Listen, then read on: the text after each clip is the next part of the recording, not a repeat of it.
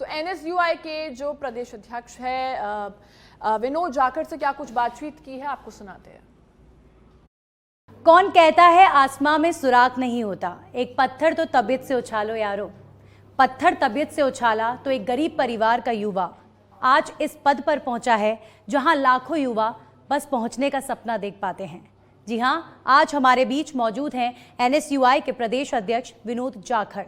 बहुत बहुत स्वागत आपका। Thank you ma'am. Vinod Jakhar ji, आपके संघर्षों के बारे में बहुत कुछ सुना है।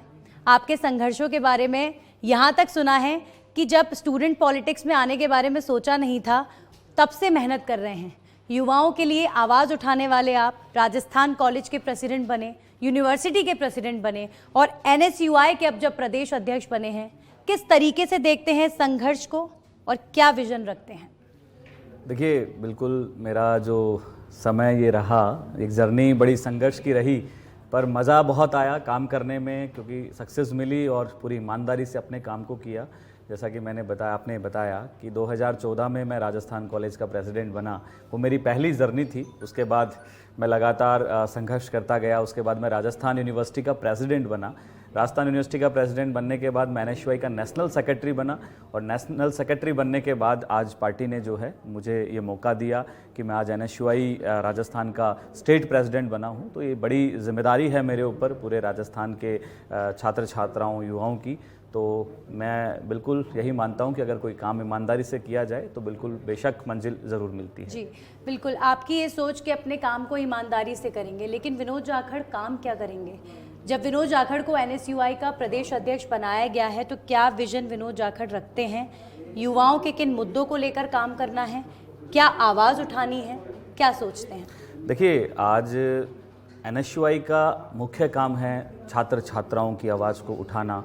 कॉलेज यूनिवर्सिटी में छात्र छात्राओं को किसी भी प्रकार की कोई समस्या होती है तो उनकी आवाज़ बनना, उनके हितों के लिए लड़ाई को जो है लड़ना, नौजवान अगर त्रस्त हैं उनके साथ में खड़ा होना। इसके अलावा हम लोग जो हैं छात्र छात्राओं के बीच में जाएंगे, यूनिवर्सिटी कैंपस में घूमेंगे, जो भी उनकी समस्याएं हैं उनको आइडेंटिफाई करेंगे और एक हम लोग विज़न तैयार करेंगे कि हम किस तरीके से जो है छात्र छात्राओं की जो समस्याएं हैं सरकार से जो है उनकी मांग को जो है हम लेकर जाएंगे और उनकी लड़ाई को हम लोग लड़ें और जीतें।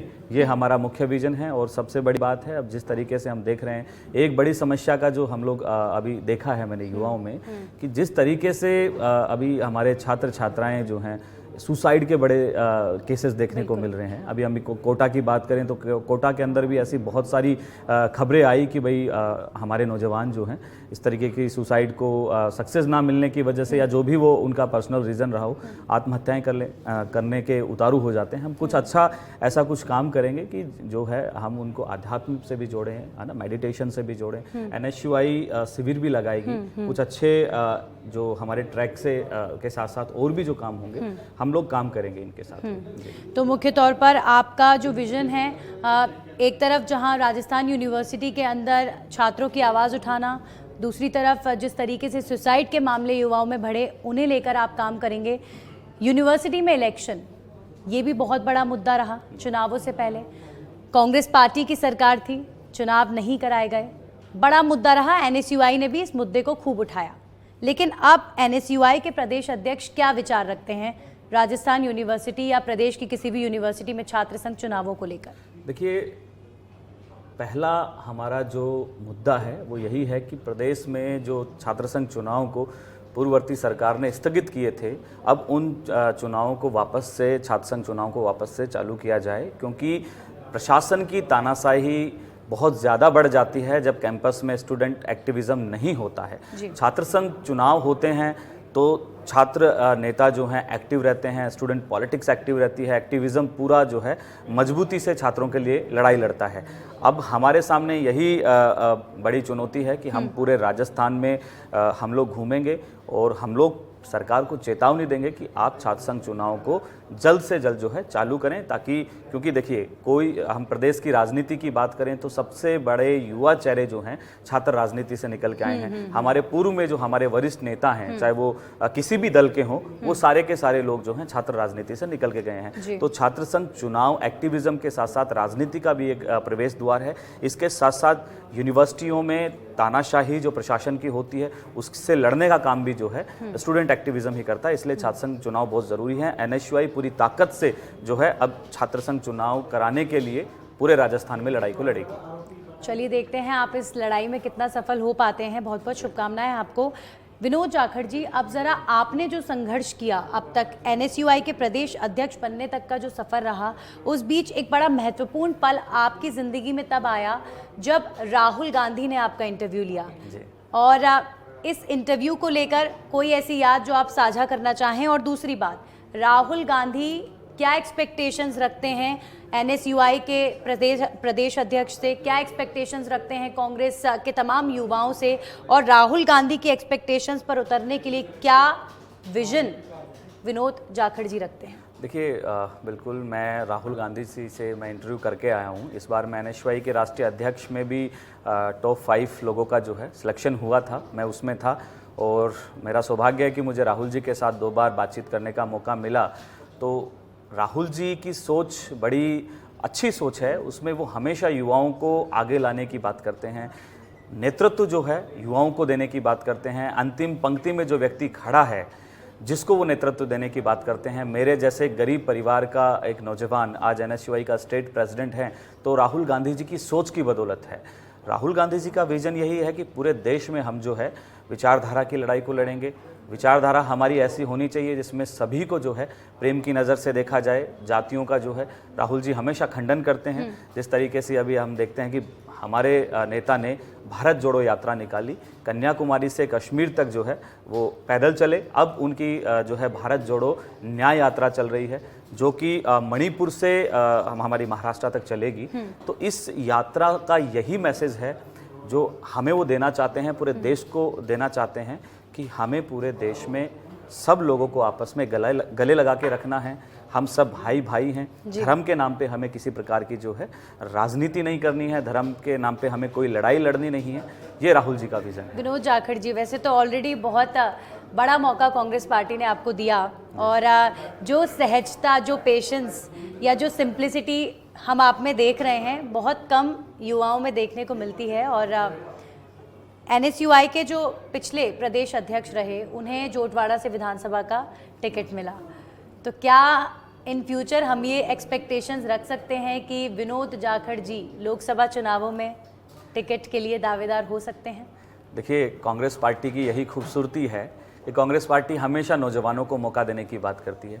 आदरणीय राहुल गांधी जी, खड़गे जी, हमारे प्रदेश के नेता सचिन पायलट जी, डोटासरा जी, अशोक गहलोत जी, और हमारे जो एनएसयूआई के इंचार्ज हैं श्री कन्हैया कुमार जी और वरुण चौधरी जी, इनकी सबकी यही सोच है कि हमारे जो भी नौजवान जो संघर्षशील हैं, जिनमें नेतृत्व की क्षमता है, उन सबको जो है चुनाव लड़ाया जाए। तो बिल्कुल अगर मुझे पार्टी मौका देगी तो मैं, अगर मौका देती है तो मैं 100% चुनाव लड़ूंगा, क्योंकि मैंने शुरू से ही छात्र छात्राओं की सेवा की है। अब मौका मिलेगा तो हम छात्र छात्राओं के साथ साथ हम जो है जनता की भी सेवा करेंगे। अच्छा, ये सवाल मैंने आपसे स्पेशली इसलिए भी पूछा क्योंकि एससी वर्ग से आप आते हैं, और एससी वर्ग से आने वाला कोई चेहरा अगर राजस्थान यूनिवर्सिटी का अध्यक्ष बना तो वो आप थे।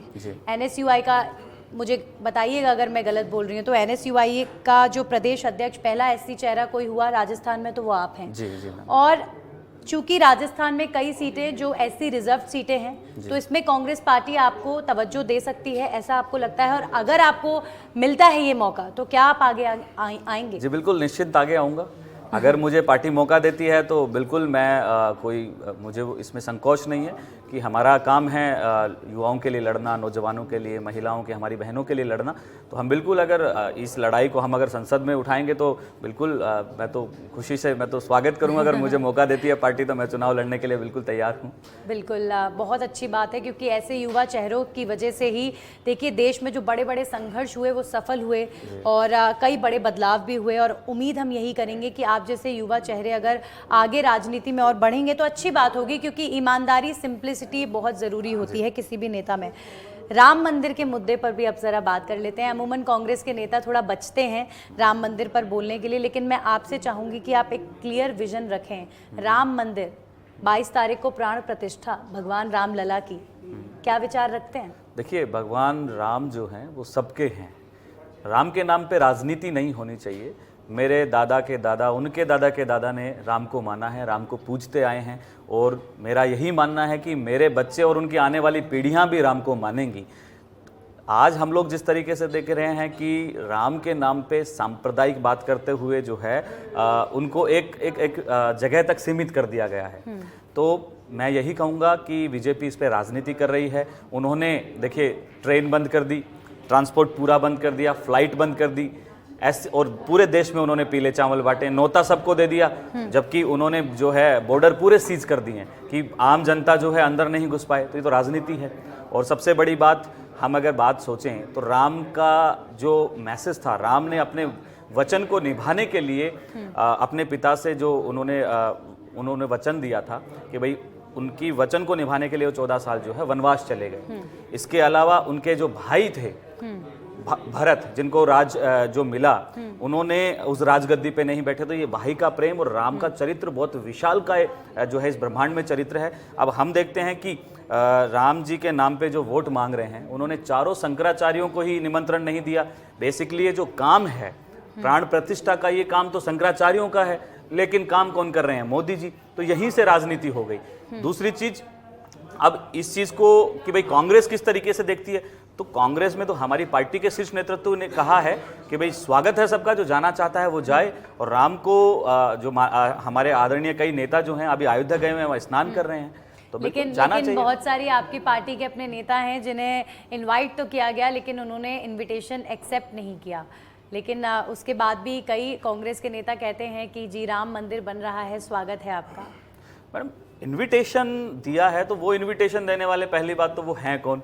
राम तो हमारे इनविटेशन मोदी जी जाकर थोड़ी ना दे रहे हैं, इनविटेशन तो जो पूरी कमेटी बनी है उनके द्वारा दिया जा रहा है। तो मैडम वो नेताओं को दे रहे हैं, राजनीति कर रहे हैं ना।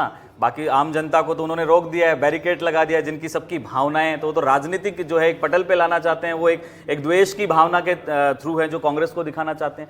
ऐसा हमारे नेताओं ने ये नहीं कहा है कि राम मंदिर में मत जाओ, उन्होंने कहा कि हम जाएंगे राम मंदिर। हमारे लेटर भी हमारे सीनियर नेताओं ने लिख के दिया है कि हम जाएंगे राम जी के मंदिर में जाएंगे, लेकिन वो कब जाएंगे वो समय तय करेंगे। ठीक है, चलिए अब एक बार फिर से जरा विनोद जाखड़ जी पर ही आ जाते हैं। विनोद जाखड़ के संघर्ष की हम बार बार बात कर रहे हैं, क्योंकि NSUI का प्रदेश अध्यक्ष बनना कितनी बड़ी बात होती है आप भी जानते हैं। लाखों युवा सपने देखते रह जाते हैं, लेकिन ये मौका मिलता नहीं है। बहुत बड़ा मौका है कुछ बड़ा करने का। हालांकि कई मौके आपको जिंदगी में मिले, लेकिन ये बहुत बड़ा मौका है NSUI के लिए, कांग्रेस पार्टी के लिए, प्रदेश के भले के लिए, विकास के लिए। क्या करेंगे विनोद जाखड़?